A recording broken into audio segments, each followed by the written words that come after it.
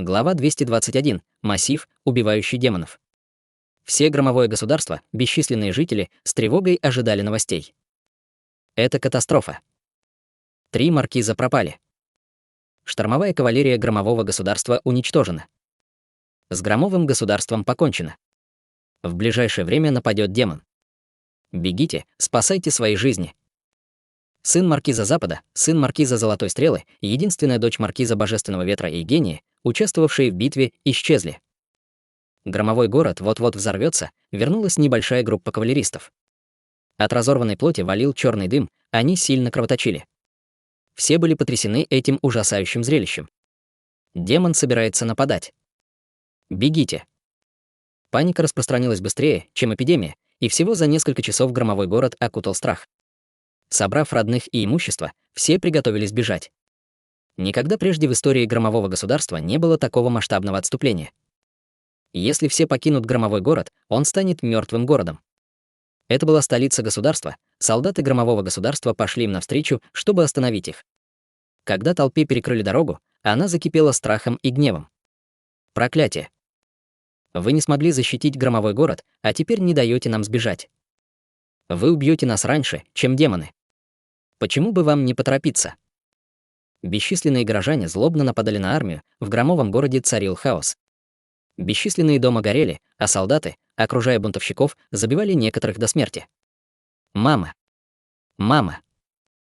Плакала девочка с косичками, которая, отбившись от семьи, сидела прямо на улице. Громовое государство постигло великое несчастье, великое несчастье. Кто же спасет громовое государство?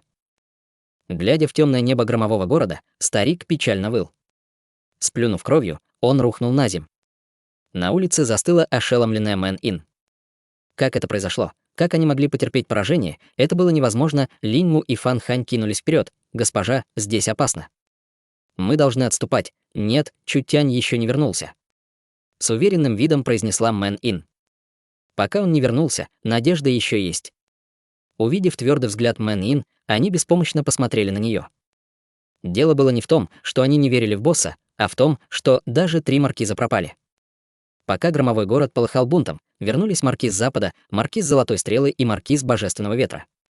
У них были грязные лица, они походили на нищих и совершенно лишились прежнего изящества. «Стойте!» Вышел из себя маркиз Запада. Эти бунтовщики восстали. Если мы не убьем их, кто будет подчиняться законам королевства? Хватит! Вздохнул маркиз Золотой Стрелы. Не надо их винить. Я, защитник громового государства, не смог их защитить. Всему виной моя некомпетентность, маркиз Золотой Стрелы объявил: «Откройте ворота, пусть жители уходят». Маркиз Божественного Ветра тяжело вздохнул. Толпы раненых солдат были ошеломлены словами маркиза Золотой Стрелы. Где прежний непобедимый маркиз Золотой Стрелы? Его броня погнулась, а все тело было черным от огня. Как это могло случиться, если ему помогали еще 2 маркиза? Как это могло произойти? На землю попадали копья. Вместе с людьми бежали бесчисленные солдаты. Кому хотелось покидать место, где они так долго жили? Кому хотелось жить без цели? Однако громовое государство больше не будет безопасным. Иначе бы им не пришлось сбегать, 3 маркиза молча созерцали хаос громового города. Они впервые чувствовали себя настолько беспомощными. Жень Фэй не вернулся, вероятно, он сгинул в хаосе, нахмурил брови маркиз Запада. Проклятие. Я не должен был нырять в мутные воды громового государства. Маркиз Божественного Ветра смотрел вдаль. Хоть это и было маловероятно, но он надеялся, что юноша сотворит еще одно чудо. Громовое государство было одной из 8 частей страны Южного Лета. Когда они потеряют громовое государство, национальные силы ослабнут. На севере страна Южного Лета сражалась с духовными зверьми и без того находилась в опасности. Как они переживут эту катастрофу, никто не знал, что виновник беды сейчас находился в небольшой долине. Демон по имени Адский Огонь родился в мире бездны, где не было никаких принципов. Он умел лишь убивать и грабить. Откуда он мог знать хитрости существ из другого мира? Чутянь, Юнья, Фэн Цайдэ и Наньгун Юнь расположились в углах долины. Каждый держал флажок массива, которые образовывали большой массив, запечатывающий адского огня. Массив был сдобрен разведенной божественной кровью, и хотя он был не очень сильным, в нем все же была мощь духовного бога, адский огонь попал в сеть этой мощи. Он не знал, как сбежать, но инстинкты подсказывали ему, что если он не сбежит, то окажется в опасности. Забеспокоившись, адский огонь вдруг сделал шаг вперед. Адский огонь был очень сильным. Наньгун Юнь и остальные ощутили, как тяжелый флажок чуть не вырвало у них из рук. Держите его крепче. Отпускать его нельзя. Если вы его отпустите, мы умрем. Упершись ногами в землю, Чутянь стискивал зубы и сжимал флажок. Другие трое тоже сопротивлялись адскому огню, сражаясь изо всех сил. Сражаясь с 3 маркизами и гоняясь за белым лисенком, адский огонь потерял почти все силы. Сбежать из массива ему было невероятно тяжело. Адский демон вскинул голову и зарычал. Услышав его, в небольшую долину направились несколько зеленых огненных демонов. Они были сильными, как культиваторы прославленной души, и недооценивать их было нельзя. «Не обращайте внимания!» — выкрикнул Чутянь. «Он почти без сил, нам нужно продержаться еще чуть-чуть». Когда зеленые огненные демоны прибыли в долину, лисенок кинулся к ним и втянул большую часть их энергии. Потом с неба упала черная фигура, окутанная снежинками. Попав под шквал бесчисленных снежинок, огненные демоны рассыпались на куски. Адский огонь сопротивлялся, но каждая попытка оканчивалась неудачей. Его силы иссякали. «Почти готово», — приказал Чутянь. Чэнь Бин Юй. Немедленно вытащив небольшой флажок, Чэнь Бин Юй прыгнула в долину. Адский огонь замахнулся на нее кулаком, но его подвели и скорость, и сила. Избежав удара, Чэнь Бин Юй облетела вокруг адского огня и вонзила флажок в его спину. Огонь на спине демона погас, а сама спина покрылась несчетными кровавыми нитями энергии. Давление, упавшее на него, было подобно горе. Рухнув на землю, адский огонь изо всех сил пытался встать. Чэнь Бин Юй достала второй флажок и снова бросилась к нему. Вдруг адский огонь повернул голову на 180 градусов и швырнул в нее шар зеленого огня. Чутянь был потрясен. «Осторожнее!» Неожиданно появился туман. Также неожиданно перед Чэнь Бин Юй показался лисенок, который проглотил шар огня. Его живот заметно надулся. «Отличная работа», — сказал Чутянь, встав его в колено. В колено адского огня вонзился флажок. Правая нога покрылась кроваво-красными нитями. Адский огонь стоял на коленях и уже не мог встать. 4 испытали облегчение. У демона больше не было сил сопротивляться. Плечо. Чэнь Бин Юй вонзила флажок в правое плечо, и оно загорелось алыми нитями. Они оплели руки демона, лишив их последних сил. На каждом флажке был изображен массив. Массивы были созданы из силы духовного бога, они полностью подавили мощь адского огня, и в сопротивлении не было смысла. Неважно, насколько сильным был демон, 10 000 лет ему было или 100, перед духовным богом он был лишь муравьем. Продолжай. В соответствии с указаниями Чутяня в тело адского огня вонзались флажки. Кроваво-красные нити, покрывшие тело адского огня, лишило его демонических сил. Осталось лишь дымящееся темно-зеленое тело, не способное зажечь даже малейший язычок пламени. Ладонь ледяной души. Нанесла удар Чэнь Бин Юй. Темно-зеленый камень неподвижно замер. Он был довольно твердым. Чутянь крикнул: «Разрушить тело ты не можешь, но у адского огня есть демоническое сердце, внутри которого находится ядро. Уничтожь его». Чэнь Бин Юй осмотрела темно-зеленый камень, заглянула внутрь адского огня. Под каменной пластиной гулко бился сердечный клапан, медленно перекачивающий по телу энергию. «Не убивай меня», — послал волну энергии адский огонь. «Я стану твоим слугой». Наньгун Юнь и Фэн Цайде были потрясены. Адский огонь был очень сильным. Если бы он восстановился, то оказался бы даже сильнее 3 правителей. Если применить его силу на пользу людям, из него бы получился хороший головорез. «Думаешь, я поверю демону бездны?» Захохотал Чутянь, не двигаясь с места. «Давай же». Призвав духовный источник в виде снежинки, Чэнь Бин Юй создала огромный ледяной конус, который пробил источник жизни демона. «Нет». Издал жалкий вопль адский огонь. Каменная пластина рухнула, словно кирпичи, из-под которой исчез фундамент, и тут же превратилась в гору камней. Он мертв, чудовище, с которым было невероятно тяжело иметь дело, с которым не справились даже 3 маркиза, пало жертвой массива Чутяня. Хоть они и убили демона бездны, однако 4 были измотаны. На исходе была даже духовная энергия Чэнь Бин Юй. Он умер. Мы победили. Мы и правда победили. Когда отец узнает, он определенно будет нами гордиться. Наньгун Юнь, Фэн Цайде и Юнь Яо переполняло восхищение. Хоть они были всего лишь помощницами, невероятно могущественный адский огонь пал и от их руки. Каждый бы гордился, помахивая пушистым белым хвостом, лисенок облизнул когти. Его сверкающие глаза были прикованы к трупу адского огня. Неожиданно его глаза загорелись. Лисенок выплюнул небольшого деревянного человечка. Держа его в лапках, он запрыгнул на труп адского огня и сильно его встряхнул. От трупа адского огня отлетел предмет фиолетового цвета. Наньгун Юнь удивленно спросила, что это за штучка.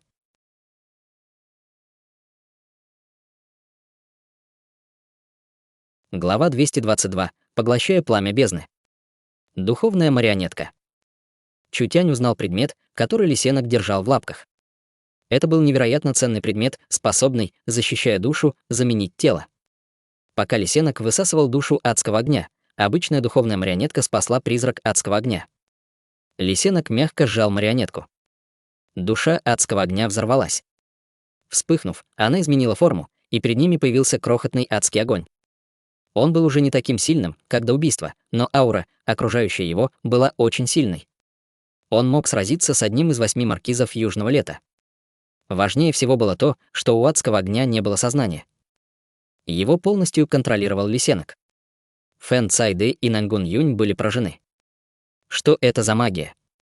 Душу адского огня можно прятать в марионетку и призывать. Лисенок издал радостный вопль. Адский огонь вернулся в марионетку, которую лисенок держал в лапках, и лисенок проглотил марионетку. Чутянь потер подбородок. Кажется, эта техника принадлежала древней семье демонов. Пробыв с Чутянем так долго, лисенок наконец раскрыл новый талант. Чутянь спросил: «Тогда в башне испытания ты спрятался от меня, чтобы обменять баллы на эту марионетку?» Лисенок с величественным видом кивнул. «Так почему ты не сказал мне раньше?» Чутянь стукнул его по голове. «Думаешь, я украл бы эту поломанную игрушку?»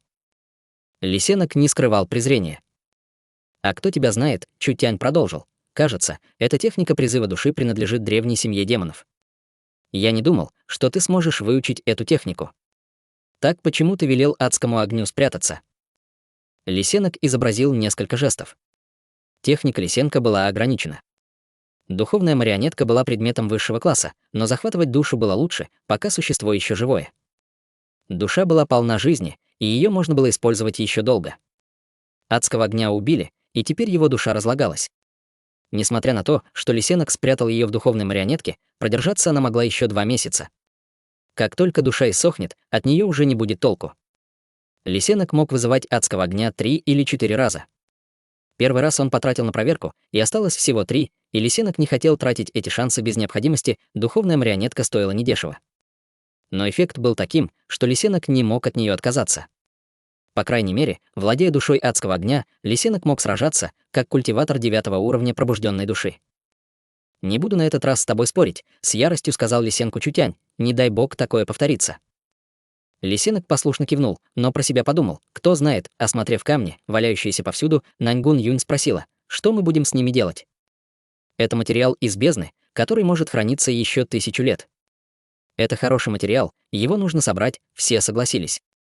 Насколько сильной была Чэнь Бин Юй, и даже она, применив удар ладонью, не смогла ничего поделать. Камни эти были достаточно мощными, чтобы все эти годы гореть в зеленом пламени бездны, и этого было достаточно, чтобы понять, как они устойчивы перед высокой температурой. «Эти камни особенные», — загадочно произнес Чутянь. «Я пошел на риск и прибыл в громовое государство именно из-за адского огня». В мире бездны адский огонь не считался демоном высшего класса. В мире бездны было несметное количество демонов, которые были намного сильнее, чем он. Однако жители других миров не могли попасть в мир бездны. Так что отыскать жизненные формы бездны люди не могли. Конечно же, адский огонь был драгоценным существом. Адский огонь принес Чутяню материалы из мира бездны. Но больше всего Чутяня интересовало сердце адского огня. Мир бездны окружала особая атмосфера. Бездна была хаотичным миром, где зарождались мириады организмов. В бездне рождались природные сокровища и множество существ, которые не имели родителей. Адский огонь был одним из этих зародившихся существ. Подобные существа не могли плодиться или делиться, как элементали. Они появлялись, когда аура бездны концентрировалась в одной точке пространства, где создавалось огненное семя. Это огненное семя содержало в себе мощную ауру, блуждало по бездне и постепенно обзаводилось сознанием. Оно росло, поглощая энергию, превращаясь в огненный метеор, который грабил мир бездны. После смерти адского огня его сознание погибло, а вот огненное семя сохранилось, и через 1000 лет из него мог вырасти еще один адский огонь. Что касается сердца демона, то это был его источник жизни. Мир бездны был полон опасностей, и если демон хотел там выжить, ему нужно было избавиться от слабостей. Большинство демонов бездны убить было трудно. Даже отрубив им руки и ноги, даже разрубив на кусочки. Причина была очень простой. Демоны бездны владели особой техникой, которая концентрировала всю их жизненную энергию в сердце. В сердце хранились жизненная энергия, душа и сознание. Пока сердце оставалось в целости, им можно было ломать конечности и даже отрезать головы. Помещая в тыкву черные камни, Чутянь обнаружил 5 частей демонического сердца. Чутянь обрадовался. Хоть демон и был слабым, но Чутяню он все равно мог пригодиться. Еще он нашел зеленый кристалл размером с кулак. Это был не кристалл, а плотный комок пламени и источник сил адского огня. Огненное семя бездны было очень могущественным и содержало в себе энергию бездны. Важнее всего было то, что пламя бездны подходило для адского меча. Если Чутянь поглотит этот огонь, это поможет развить ему искусство меча до царства большого успеха. Рассказ маркиза Божественного Ветра ясно описал Чутяню статус демона бездны. Именно ради огненного семени Чутянь присоединился к этой опасной миссии. Пламя адского меча было древним искусством меча, подходящим для адского меча, который он нашел в гробнице 10 000 трупов. Искусство меча оказалось неполным, но оно все равно осталось весьма сильным. Практикуя его, Чутянь внес некоторые изменения и в несколько раз увеличил силу искусства. Пламя адского меча немного напоминало бессмертное звездное тело. И если Чутяню выпадал редкий шанс и необходимые ресурсы, как он мог отказаться, риск стоил того. «Охраняйте меня». Чутянь достал адский меч, и я поглощу огненное семя. Адский огонь был уже мертв, и огненное семя быстро ослабевало. Чутянь не мог забрать его в город, поэтому действовать нужно было здесь и сейчас. Положив на землю огненное семя, Чутянь осмотрел холодно-синее лезвие адского меча. Пламя бездны не слабее адского пламени, а оно даже классом выше. Все зависит от того, примешь ты его или нет. И Чутянь вонзил меч в огненное семя испустило вопль, потому что исчез последний шанс демона бездны на воскрешение. Во все стороны хлынула мощная сила, зеленое пламя медленно бежало по лезвию меча. Чутянь отчетливо ощущал, как нервничает и волнуется адский меч. Он волновался, потому что сила была слишком манящей, и если он сможет поглотить ее, то восстановит половину прежних сил, станет настоящим духовным оружием. Он нервничал, потому что если его силы окажутся недостаточно высокими, то он не сможет остановить атаку пламени бездны, и оно сожжет его. Вспыхнуло синее пламя, и языки огня переплелись. Они поглощали друг друга, ведя интенсивное сражение. Пламя бездны было не слабее адского пламени. Призрачное адское пламя обладало сознанием и было духом адского меча. Пламя бездны тоже обладало сознанием, поэтому и могло превращаться в могущественного демона бездны. Никаких сомнений, пламя бездны могло выжить и превратиться в демона. Оно явно было сильнее призрачного адского пламени, однако пламя бездны пребывало в ослабленном состоянии, а у адского огня было преимущество, и оно медленно подавляло зеленые языки пламени. Пламя бездны постепенно исчезало в адском пламени. Однако в последний момент пламя бездны выпустило ауру, и природа пламени изменилась. Адский меч дрожал, в тело Чутяня хлынула могущественная сила.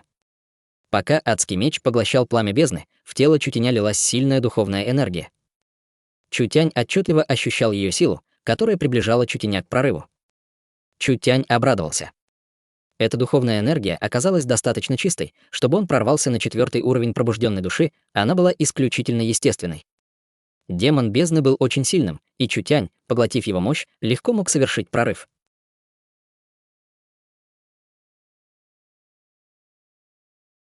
Глава 223. Демон-слуга. Чутяня переполняла духовная энергия, и он отчетливо ощущал, что он вот-вот прорвется. Но необитаемые равнины были не самым подходящим местом для прорыва. Чутянь запечатал духовную энергию в своем теле. Раз энергия не может утечь, то к чему спешить? Огненные семена раскололись на части, которые превратились в обычные каменные осколки. Адский меч походил на тысячелетний лед, сияющий, словно ледяное зеркало. Его окружал слой слабой черной ци, от которой слегка искажался воздух. Это была аура бездны. Поглотив огненные семена, меч не только стал сильнее, но и изменился качественно. Когда Чутянь активировал свою технику меча, лезвие меча вспыхнуло огнем. Пламя было голубым и ярким, как безупречно синий хрусталь.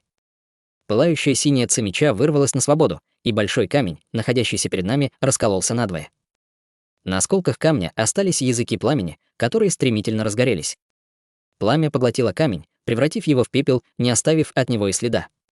Какая мощь! Адское призрачное пламя многие годы спало в логове короля-призрака и не спаслось от некоторой коррозии, поэтому было не таким сильным. А теперь оно полностью изменилось. Оно осталось холодным, от него совсем не исходило тепла, однако теперь оно могло разрушать, нанося еще больший урон. Прежний адский меч могли бы остановить многие защитные техники. Однако настоящий адский меч, содержащий энергию огня, повреждал все, с чем соприкасался. Это было очень мощное оружие, никаких сомнений. Меч Чутеня стал еще сильнее, зеленое пламя бездны и адское призрачное пламя породили совершенно новое адское пламя бездны. Даже культиватор, обладающий, как Наньгун Юнь, бессмертным звездным телом, не смог бы его остановить. Дело было не только в этом. Восстановился дух адского меча. Дух обладал собственным сознанием. Обычный дух оружия дополнял дух демонического зверя, который повышал силу оружия и защищал его. Дух адского меча был духом огня и обладал не только духовным телом, но и элементарной формой жизни. Эта форма жизни могла даже покидать оружие. Чутянь вспомнил о технике призыва, которую пробовал раньше. Можно было попытаться снова, в меч потекла духовная энергия, и синий хрусталь быстро вспыхнул пламенем.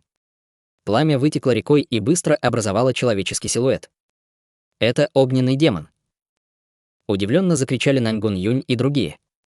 Форма, созданная из синего пламени, походила на демонов, которых призывал адский огонь, вот только пламя этого демона было синим. У него не было зеленого пламени демонов. Лисенок удивился. Неужели он дразнит Лисенка? Откуда хозяин знает про эту технику призыва? Если его хозяин настолько безумен, то как Лисенок вообще выжил? Наньгун Юнь с удивлением спросила: «Как ты призвал это чудовище?» Это не призыв. Для призыва Лисенка требовалась лишь душа, и создать что-то можно было в основном из воздуха. Это была редкая техника, которой пользовалась лишь древняя семья демонов. Ситуация Чутеня была иной. Чутянь ничего не создавал из воздуха. Адское пламя обладало сознанием, однако не могло обрести тело, поэтому Чутянь помог ему и создал этого огненного демона. Тело огненного демона выглядело не очень стабильным. Он походил на большого человека, объятого синим огнем. На голове были рога, окруженные демонической аурой, которые придавали ему вид демона бездны. Очутившись перед Чутянем, замешкавшийся огненный демон высвободил духовную энергию. «Мастер освободил меня». Он может говорить. Откуда он этому научился? Поражены были все, даже Лисенок. Огненный демон мог говорить на языке людей. Элементали были лишены органов, у них не было ртов, чтобы говорить, поэтому они передавали мысли с помощью духовной энергии. Неплохо. Удовлетворенно кивнул Чутянь. С этого дня тебя будут звать Адом. Огненный демон Ад почтительно произнес: «Да, мастер». Подняв меч, Чутянь произнес: «Возвращайся». Синий огненный демон рассеялся и вернулся в адский меч. Сила Ада равнялась силе 4-го уровня пробужденной души. Это было связано с Чутянем, потому что демон Ад обрел облик именно благодаря тайной технике Чутяня, риск полностью оправдался. Меч адского пламени достиг царства большого успеха, его культивация значительно продвинулась, и он приобрел нового могущественного приспешника. Интеллект Ада был не самым высоким, он казался простаком. Но если этот слуга был таким же, как Лисенок, это было даже не важно. У Ада было много возможностей для роста, в нем заключалась высокая исследовательская ценность. Если в будущем он сможет отделиться от адского меча, он сможет стать совершенно новой формой жизни. Неплохо, на этот раз мы собрали богатый урожай. Собрали мы много, но и потратили много. Воспользовалась моментом Наньгун Юнь. Чем ты хочешь вознаградить нас? Естественно, вы получите награду. Значительную награду. Чутянь пребывал в прекрасном настроении. Просто скажите, чего вы хотите, и я сделаю все возможное, чтобы отблагодарить вас. Наньгун Юнь почесала в затылке. Чего вы хотите, старшая Юнья, Цайды, тетя Чень? Они беспомощно помотали головами, не зная, что и придумать. Фэн Цайды произнесла: «Как мы можем просить награду у великого героя брата Чу, если за уничтожение демона нас щедро наградит безмолвный правитель? Посмотрите только». Вот это воспитание. Молодая госпожа Фэн была действительно образованной красавицей, в отличие от этой сумасбродной девчонки Наньгун Юнь, но Чутянь называл себя справедливым человеком, поэтому не мог позволить, чтобы они несли потери. Он с щедростью произнес: «Вы — часть нашей команды, поэтому вам я дам особую культивационную технику «Бессмертное звездное тело». Вы довольны?» Бессмертное звездное тело, Юнь-Я и Фэн Цайды были поражены. Чэнь Бин Юй широко распахнула глаза. Эта красавица, которая почти не улыбалась, взволнованно подскочила к Чутяню и схватила его за одежду. «Я хочу ее культивировать». Чэнь Бин Юй маниакально любила боевые искусства. Хоть она долгое время думала о бессмертном звездном теле, пуская слюни, ей было стыдно попросить. Воспользовавшись моментом, Чутянь взял холодные руки Чэнь Бин Юй в свои. «Не стоит так волноваться, красавица Чэнь. Здесь так много людей, не разрушит ли это твой образ? Если это увидит посторонний, то они подумают, что ты грабишь хорошего человека». Покраснев, Чэнь Бин Юй сразу отступила. «Прости, будь уверена, как только мы вернемся, я дам тебе эту технику». Юнь Яо и Фэн Цайде были взволнованы. Бессмертное звездное тело было известно во всем центральном государстве и считалось самой сильной культивационной техникой во всей стране Южного Лета. Уставившись на него, Наньгун Юнь спросила: «А что насчет меня?» «Не знаю». «Чего ты хочешь?» Забеспокоился Чутянь и серьезным тоном спросил: «Если мне не удастся ничего найти, взамен я подарю тебе свое молодое мужское тело». Наньгун Юнь покраснела. «Да кто тебя захочет?» Чутянь сказал: «Тогда я помогу тебе понять писание Великой Нирваны, ладно?» «По рукам». Договорилась с ним Наньгун Юнь. Он, правда, не мог справиться с этой безумной девчонкой. Когда Чутянь приготовился уйти, со стороны холма донесся топот кавалерии. Около 200-300 всадников штормовой кавалерии следовали за Шангуань Чжэньфэем. «Отлично, Чутянь.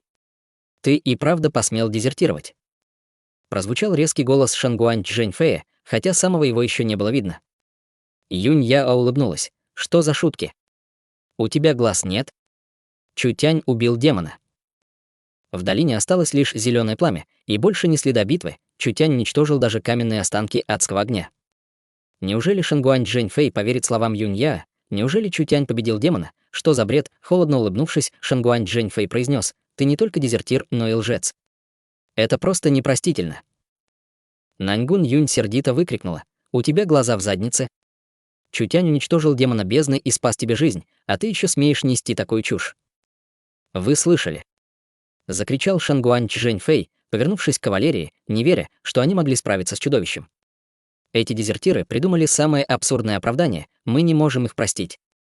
Приказываю разобраться с дезертирами, а лидера, Чутяня, мы накажем». Почему они покинули поле боя, Шангуань Чжэньфэю было наплевать, шанс выпал отличный, Наньгун Юнь была частью семьи Наньгну. Хоть она и принадлежала к ветви семьи, ее все равно следовало уважать. Фэн Цайде была дочерью маркиза Божественного Ветра, так что против нее выступать не следовало. Юнь Я была из великой семьи центрального государства, а секта Юнь была широко известна во всей стране Южного Лета, так что ее следовало оставить в покое. Единственным, кого можно убить, оказался Чутянь. Этот парень лишил уважения и его, и семью Шангуань, эта женщина в черном. Странно, почему он раньше ее не видел? Плевать, с ней он тоже разберется. Шангуань Чжэньфэй уже собрался возглавить атаку кавалерии, но на коня Шангуань Чжэньфэя упали снежинки, которые тут же превратили ее в ледяную статую. Она разбилась на окровавленные осколки плоти.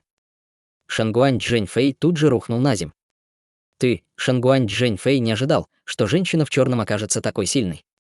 Чэнь Бин Юй плавно махала руками, падали бесчисленные снежинки, небо заслало убийственное намерение. Она готовилась начать бойню, Чэнь Бин Юй была в царстве истинной души.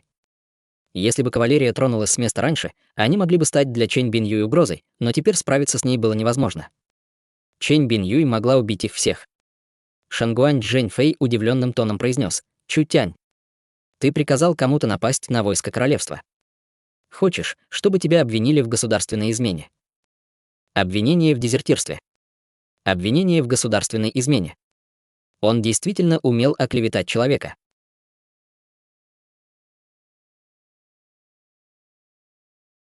Глава 224. Поединок. Чэнь Бин Юй, похожая на отстраненную ледяную красавицу, как и всегда, молчала, однако ее темперамент мог сравниться с темпераментом Наньгун Юнь. Она могла убить, не моргнув глазом, она могла устроить бойню здесь и сейчас. Чутянь крикнул: «Хватит!» Было бы здорово, если бы Шангуань Чжэньфэй умер, однако убивать невинных кавалеристов он не мог. Что бы Чутянь ни делал, он всегда придерживался принципов. Он не убивал тех, кто не заслуживал смерти. «Ты трижды доставил мне неприятности, но все это можно понять», — сказал Чутянь, с беспомощным видом посмотрев на Шангуань Чжэньфэя. «Как я могу быть красивее тебя, богаче тебя, окружённым женщинами, которых тебе не добиться? Если бы поменялись местами, я бы тоже из зависти тебя убил», — Наньгун Юнь молчала. Эта самовлюбленность была просто невыносимой. Шангуань Чжэньфэй побледнел. Думаешь, что можешь не беспокоиться о стране Южного Лета, раз тебя защищает эксперт царства истинной души? Для семьи Шангуань эксперт царства истинной души — ничто. Отлично, угрожаешь мне, пользуясь авторитетом семьи, этот парень способен лишь на одно. Вижу, тебя это не убедило. Как насчет поединка? Снова удивил его Чутянь. Я даю тебе шанс, а заодно посмотрю, на что способен преемник маркиза Запада. Он был на пике 3-го уровня пробужденной души и бросил вызов тому, кто достиг 5-го уровня пробужденной души. Этот эксперт 5-го уровня пробужденной души был не простым человеком, а преемником маркиза Запада. Поразились не только товарищи Чутяня, но и несколько сотен кавалеристов. Чутянь, достигший пика 3-го уровня пробужденной души, хотел бросить вызов Шангуань Чжэньфэю, который достиг 5-го уровня пробужденной души. Может ли он победить? Разница в силе была велика, у наследников титула в стране Южного Лета были свои обязанности. Преемник маркиза должен был до 30 лет стать культиватором царства истинной души. Шангуань Чжэньфэй был наследником уважаемого маркиза Запада, и тот обучал его с самого детства. Хоть ему и было всего 25, однако по силам он уже превосходил маркиза Запада, так что его шансы унаследовать этот титул были весьма высоки. И на что надеялся Чутянь? Как человек низкого происхождения, пусть даже и талантливый, мог бросить вызов преемнику. Наньгун Юнь уже сражалась с Шангуань Чжэньфэем, она уже испытала силу преемника маркиза Запада. Будучи на 4-м уровне истинной души, владея бессмертным звездным телом, она смогла лишь защититься от сил Шангуань Чжэньфэя. Неважно, насколько силен был Чутянь, его оборона не могла сравниться с обороной Наньгун Юнь. Сможет ли он защититься от ударов Шангуань Чжэньфэя? Шангуань Чжэньфэй оторопел. Чутянь явно был хозяином положения, так почему же он принял такое решение? Но разве это не хорошо для него? Так сразимся же. Назад. Обратился Чутянь к Чэнь Биньюй. Никому не двигаться, понятно. Они хорошо знали Чутяня, поэтому лишь беспомощно отступили. Не знаю, как тебя называть, невежей или тупицей. Холодно улыбнулся Шангуань Чжэньфэй, вскинув большую кисть. Если ты правда думаешь, что сможешь от меня защититься, то самоуверенность тебя погубит. Могу сказать то же самое тебе. Чутянь медленно поднял адский меч, и по лезвию побежало хрустально-синее пламя. Самоуверенные люди умирают довольно быстро. Что за бред? Я — преемник маркиза Запада. А мне посмела бросить вызов какая-то дикая обезьяна. Глубоко оскорбился Шангуань Чжэньфэй. Я хочу, чтобы ты умер. Воздух пронзила большая ручка. Массив губительного ветра, ручка разбрызгивала бесчисленные капли черных чернил, которые падали на Чутяня, словно капли дождя. Объединившись, они образовали большой массив, в центре которого оказался заперт Чутянь, в которого полетели лезвия ветра. Адский меч высвободил свою силу.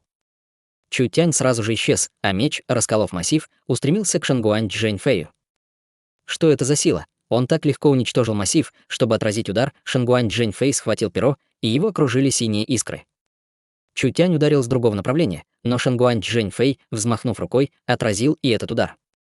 Несколько атак Чутяня не дали результата. Твое искусство меча весьма посредственно. Скорость большая, но сил слишком мало. Топнув по земле, Шангуань Чжэньфэй атаковал Чутяня. Чутяня отбросило на несколько метров, а его меч задрожал. Способности преемника маркиза Запада были нешуточными. Чутянь с легкостью разрушил его массив.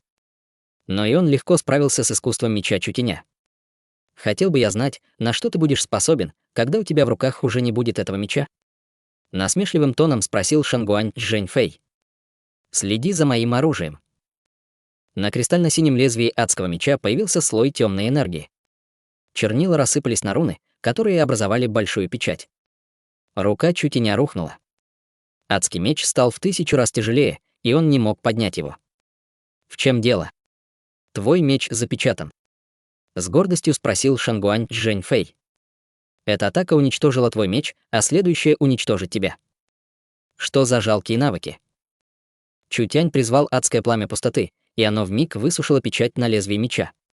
Шангуань Чжэньфэй был потрясен. «Кажется, ты пока не можешь запечатать мой меч», — сказал Чутянь, вскинув меч. «Лучше следи за своим оружием». Шангуань Чжэньфэй поразился. Его взгляд переменился. На сверкающей, как бриллиант, ручке появилось несколько трещин, на ней виднелись языки пламени. Что? Эта ручка была духовным оружием высшего класса, однако Чутянь повредил ее. Проклятие Шангуань Чжэньфэя переполнял гнев. Ручка плясала в воздухе, по воздуху волнами разлетались чернила, а каждая черная капля превращалась в руну. Раскинувшись по площади 30 метров, они образовали невероятно мощный источник энергии. Созданная ими печать притяжения источала невероятную силу, по сравнению с ней Чутянь был песчинкой. Шангуань Чжэньфэй размахивал большой ручкой, густые капли чернил разлетались во все стороны. Многие своем превращались в печати, каждая из которых обладала мощной разрушительной силой. Меч. Вырвался на свободу духовный источник, меч демонического бога. Свет адского меча стал еще ярче. Чутянь непрерывно порождал полосы истца меча, которые сжигали печати, превращая их в капли черных чернил, которые падали на землю. Чернила не исчезали, а капли соединялись, образуя еще один огромный массив. Шаг чернильной тени. Шангуань Чжэньфэй стремительно взлетел. Каждый его шаг касался чернильной точки. Это была изысканная техника перемещения, которая позволяла ему пользоваться духовным массивом. На такой скорости его трудно было поймать, а он мог нанести серию диких атак. Он не верил, что Чутянь сможет всецело от него защититься. Мастерства у Чутяня было меньше. Но такая техника была для него лишь детской забавой. Меч демонического бога взорвался энергией, а адский меч вонзился в землю. В небо взмыли колонны огня, которые выжгли разбросанные по земле духовные чернила и нанесли Шангуань Чжэньфэю мощный удар. Шангуань Чжэньфэй отлетел прочь. Ручка, его духовное оружие высшего класса, раскололась надвое, все были ошеломлены. Чтобы уничтожить духовное оружие преемника Маркиза Запада, хватило одного удара. Это оружие оказалось оружием, связанным с душой, оружием высшего класса. Не думай, что можешь избить меня, применив лишь хороший меч. Я покажу тебе, что хороший меч не может возместить разрыв между культивационными уровнями. Шангуань Чжэньфэй сердито взревел, его тело взорвалось духовной энергией, которая породила несметные тучи чернил. Они поглощали все на своем пути, словно исполинская волна. Чутянь вскинул меч к небу. Огонь сжался в одной точке, на кончике острия его меча. Превратившись в огромный огненный шар, он испустил луч, ослепительный, будто солнце. «Умри!» Шангуань Чжэньфэй наступал, как волна. Всюду, где он проходил, появлялись массивы и руны. Чутянь взмахнул мечом, и синий огненный шар, словно впитав ветер, превратился в огромный пылающий шар, который столкнулся с черной волной чернил. Это напоминало столкновение воды и огня. Никто не хотел уступать, Шангуань Чжэньфэй взревел: «Это моя победа!» Его вера была оправдана. Атака Чутяня оказалась очень сильной, однако она отняла у него большую часть духовной энергии. Культивационная база Шангуань Чжэньфэя была куда сильнее, и духовной энергии у него оставалось больше половины. Даже если этот обмен ударами кончится ничьей, он все же сможет продолжить борьбу. И как Чутянь сможет с ним соревноваться? В итоге победа будет за Шангуань Чжэньфэем. Шангуань Чжэньфэй буквально ощущал, что победа у него в руках, однако такого результата он представить не мог. Когда черная волна столкнулась с огненным шаром, произошла не схватка равных, а неравный бой. Огненный шар умело разрывал противника на части. Неважно, сколько печатей создал Шангуань Чжэньфэй, все они сгорели в огне и лишь служили ему топливом, делая его еще сильнее. Половина чернильной волны Шангуань Чжэньфэя испарилась уже через минуту, огненный шар стал вдвое больше прежнего. Что это? Не скрывал испуга Шангуань Чжэньфэй. Огненный шар пережил странное изменение, и плотное пламя разделилось на части. Появилось 4 конечности, а потом и огромный огненный демон. Глаза его сверкнули красным, тело покрывало сине-зелёное пламя, а на голове виднелись свирепые демонические рога. Это была не иллюзия, Шангуань Чжэньфэй, что силы демона не ниже, чем у него самого. Чутянь холодно приказал: «Убей его». «Да, мастер». Пробившись сквозь чернильную волну, кулак ада врезался в Шангуань Чжэньфэя. На волю вырвалось адское пламя бездны, которое поглотило Шангуань Чжэньфэя мгновенно. «Ах!» Жалко завопил Шангуань Чжэньфэй, стукнув кулаком по земле. «Что?» Насмешливо усмехнулся Чутянь. Преемник Маркиза Запада способен только на это. Шангуань Чжэньфэю хотелось провалиться сквозь землю. Превратившись в полосы пламени, огненный демон тут же схватил Шангуань Чжэньфэя. Его ладонь поднялась к небу и раздулась, став совсем огромной. Заслонив солнце, ладонь обрушилась на Шангуань Чжэньфэя. «Хватит!» Воздух пронзила стрела. Она пронзила руку огненного демона. Демона окутал лед, и ад ни секунду замер. Вдалеке скакала кавалерия. Возглавлял ее Цзян Шань, преемник маркиза Золотой Стрелы, который только что выстрелил. Чутянь недовольно прищурился. Ты вмешиваешься в чужие дела, брат Цзян. Ты не можешь его убивать, брат Чу. Кажется, Цзян Шань пострадал в жестоком сражении, и его тело было покрыто ранами. Из 1000 кавалеристов выжило всего 2-3 сотни. Думаешь, если убьешь его, маркиз Запада не будет мечтать о возмездии? Чу Тянь пожал плечами. Я не собирался убивать его, я хотел лишь сделать его калекой. Цзян Шань потерял дар речи. Разве это не одно и то же? Цзян Шань тут же дал совет: отнесись с уважением хотя бы ко мне. Он и без того тяжело ранен, так что забудь о нем. Хорошо. Вздохнул Чу Тянь, глядя на полумертвого Шангуань Чжэньфэя. К тебе я отнесусь с уважением.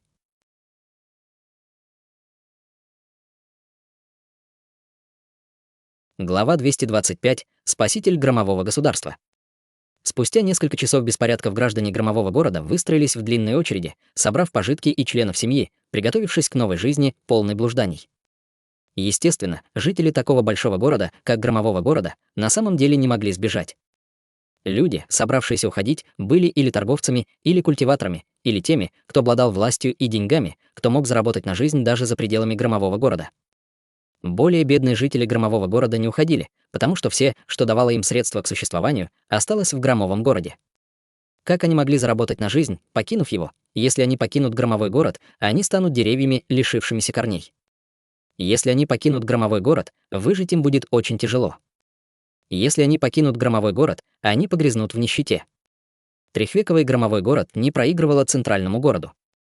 Всего несколько дней назад он процветал, его переполняли люди, он с почетом нес титул столицы. Этот населенный город стал таким заброшенным. Благослови Бог громовое государство, стоя на коленях на улице, бесчисленные седовласые старики, держащие на руках детей, молились за громовое государство. Они знали, что чудо невозможно, но все же молили о нем. Подавленный маркиз Золотой Стрелы сидел во дворце мэра. Крики стариков и слабых женщин, раздававшиеся тут и там, наполняли его глубоким раскаянием. Прямо у него на глазах громовое государство поглощал хаос, однако он не мог ничем помочь. Он был хранителем громового государства. Эта ситуация превзошла все оценки безмольного правителя. Даже если бы прямо сейчас прибыли 3 правителя, все равно было бы слишком поздно. Неужели громовое государство и правда ляжет в руинах? Маркиз. Вошел воин в доспехах и мрачно произнес: 3 батальона громового государства готовы умереть в битве. Пожалуйста, отдайте приказ. Маркиз Золотой Стрелы несколько удивился. Разве войска не разбросало по окрестностям? Громовое государство — душа армии, глава всех 8 государств. Выкрикнул генерал. В опасные времена мы, солдаты, должны бросаться в бой. Как мы можем отступать? Маркиз учил нас этому. Чтобы защитить громовое государство, мы готовы умереть. Мы умрем вместе с громовым городом, вместе с жителями. Хорошо. Хорошо. Хорошо. Озадаченно вздохнул маркиз Золотой Стрелы. Раз у меня, Цзян Сюна, есть такая армия, значит, годы не прошли даром. Я буду защищать громовой город вместе с вами, ожидая решения имперского города. Вошли маркиз Запада и маркиз Божественного Ветра, чьи лица были уродливо искажены. Только что вернулась группа кавалеристов, однако Шангуань Чжэньфэя, Цзян Шаня и чуть и с ними не было, сердце маркиза Золотой Стрелы дрогнуло. Раз они до сих пор не вернулись, выходит, они столкнулись с бедой. Маркиз Запада Шангуань Хун сказал: «Маркиз Золотой Стрелы, я хочу, чтобы вы отправили на поиски армию громового государства. Вы должны найти его ради меня». Поиски. Какие еще поиски? Город Белого Нефрита окружен демоническими солдатами, и отправить туда солдата — это отправить его на верную смерть. Демон проснулся, приблизиться не могут сильнейшие лошади штормовой кавалерии, потому что не могут противостоять демонической ауре. Боюсь, что животные туда вообще не доберутся. Маркиз Запада вышел из себя, маркиз Золотой Стрелы. Вы сжигаете мост, по которому даже не прошли. Мы пришли, чтобы спасти громовое государство, а теперь мой сын без вести пропал. Что за нерешительность? Прошу быть осторожнее со словами. Жизнь маркиза Запада важна, а жизнь 1000 солдат нет. Жизнь обычных солдат ценится дешево. Что такого, если они умрут? В худшем случае, южное государство все компенсирует. Хватит. Мой сын тоже пропал. Оскорбился маркиз Золотой Стрелы. Шангуань Хун был полон ярости, оба выглядели так, словно вот-вот подерутся. Вздохнув, маркиз Божественного Ветра решил их успокоить. Маркиз. Маркиз. Отличные новости. Быстро вбежал стражник. Маркиз, маркиз. Вернулись преемники. Сколько? Тут же спросил маркиз Божественного Ветра. А остальные? Не стоит беспокоиться, маркиз Божественного Ветра. Гении центрального государства вернулись, все в порядке. 3 маркиза с облегчением вздохнули. Чутянь и Цзяншань направили лошадей к громовому городу. Их 3000 посланных солдат вернулось всего 500, и судьбу непришедших можно было лишь представить. Мэнин взволнованно подбежала. «Чутянь, Чутянь, я знала, что с тобой все будет в порядке». Чутянь слабо ей улыбнулся. «Прости, что заставил беспокоиться». «Да кто о тебе беспокоился, Чу?» Покачала головой Мэн-Ин. «Ничто в этом мире не может тебя покорить. Чего стоит обычный демон?» Какой же простодушной она была. Однако Мэн-Ин понимала Чутяня лучше остальных, быстро подбежали 3 маркиза. Что случилось, Жень Фэй? Наследник маркиза Запада был ранен. Он был привязан к лошади и вернулся весьма измученным. «Пожалуйста, отец, отомсти за меня». Открыв глаза, Шангуань Жень Фэй, чье героическое лицо было черным, а тело — обожженным, не сдержал крика. Чутянь хотел дезертировать, и я решил поймать его, чтобы наказать, но он восстал против меня. Ты поплатишься жизнью за то, что посмел причинить боль моему сыну. Убийственные намерения маркиза Запада сошли быстро, как лавина, и Чутяня уколола длинным пером. Подойдя маркиз Божественного Ветра, схвати перо маркиза Запада. Все вокруг замолчали. Люди, что благополучно вернулись, были счастливы. А маркиз Запада решил лишить Чутяня жизни. Фэн Юнтянь, ты посмел меня остановить. Сердито закричал Шангуань Хун, и его глаза налились кровью. Мой сын бесценен. Сегодня его тяжело ранили, и даже ты не сможешь защитить Чутяня. Верно, Шангуань Хун должен убить Чутяня. Дезертировать. Что за чушь? Сказал Чутянь, рассмеявшись. Ты о себе говоришь? Это ты сбежал, не одолев врага. Ты без колебаний бросил несколько тысяч солдат. Даже мне за тебя стыдно, что уж говорить о 8 маркизах Южного Лета.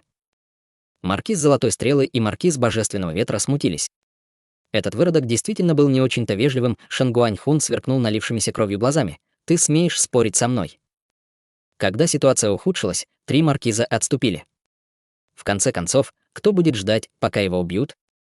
Поэтому говорить о дезертирстве Чутяня было бессмысленно. Выступив вперед, Цзяншань сказал: «Господин маркиз Запада, я могу доказать, что ваш преемник напал первым, мне плевать, кто напал первым. Ранить сына маркиза значит приговорить себя к смерти. Уйми свой гнев, маркиз Запада. Похоже, раны твоего сына нанесены не мечом Чутяня. Маркиза Золотой Стрелы сильно задела, что маркиз Запада совсем не ценит человеческую жизнь». С серьезным лицом он спросил у Чутяня: «Что произошло?» «Что произошло? Взгляните сами».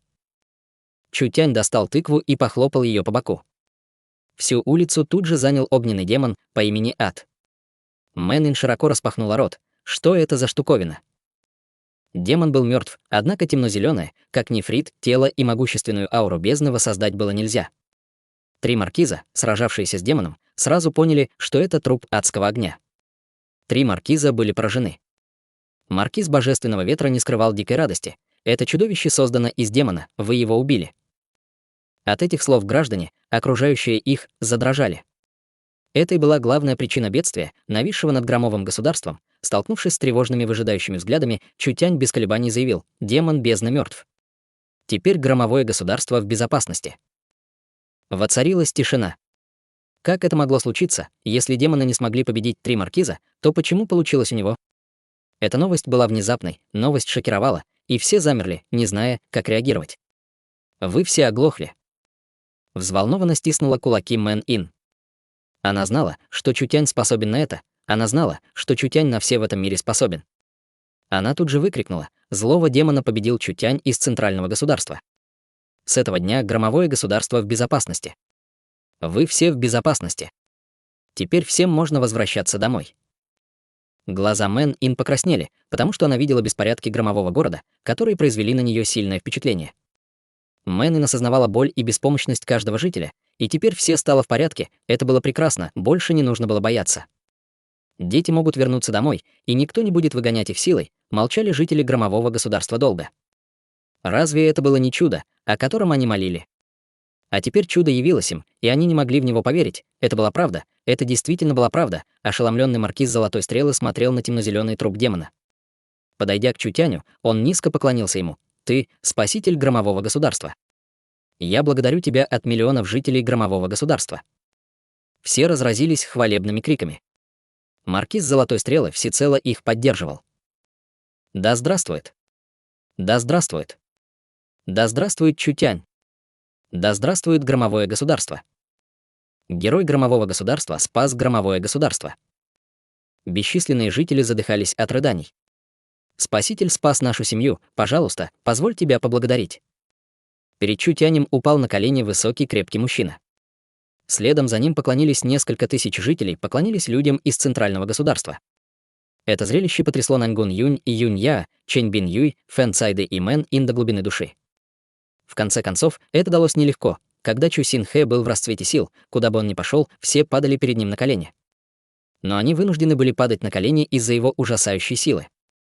Редко в стране Южного Лета можно было увидеть, как целый город благодарно стоит перед кем-то на коленях. Их переполняли чувства. Он ощущали счастье, волнение и гордость. Прежде всего, если бы они пошли по своему пути, то ни за что бы этого не добились. Они купались в свете Чутяня, они ощущали причастность, и это было для них честью. Как можно о чем-то жалеть, если жизнь так прекрасна? Воспользовавшись возможностью, Наньгун Юнь закричала: «Чутянь избавил громовое государство от беды, но его продолжают провоцировать коварные отец и сын. Что же делать? Убить. Убить. Убить. Тот, кто посмеет ранить нашего благодетеля, станет врагом громового государства». Все с негодованием кричали, воздух сотрясал рев. «Шангуаньхун, проваливай из громового государства! Проваливай из громового государства!» Дико кричали бесчисленные люди. Шангуаньхун был одним из 8 маркизов Южного Лета. В глазах простых людей 8 маркизов Южного Лета были сродни духовным богам. Зрелище было для страны Южного Лета беспрецедентным. Маркиз Золотой Стрелы встал. Думаю, все ясно. Чутянь придумал, как убить демона, а преемник маркиза Запада, тяжело раненый, преследовал его. Я считаю, что вина лежит на преемнике маркиза Запада. Не убив его, Чутянь уже отнесся к маркизу Запада с уважением. Если маркиз Запада все же хочет напасть на Чутяня, тебе придется столкнуться со мной. Ты, маркиз Запада, с такой силой стиснул зубы, что чуть не раскрошил их, однако поделать ничего не мог. Он не мог напасть на Чутяня, потому что с маркизом Золотой Стрелы и маркизом Божественного Ветра он не справится. Оставалось лишь махнуть на все рукой, бесчисленные жители продолжали восторженно кричать. Наконец-то беды громового государства подошли к концу.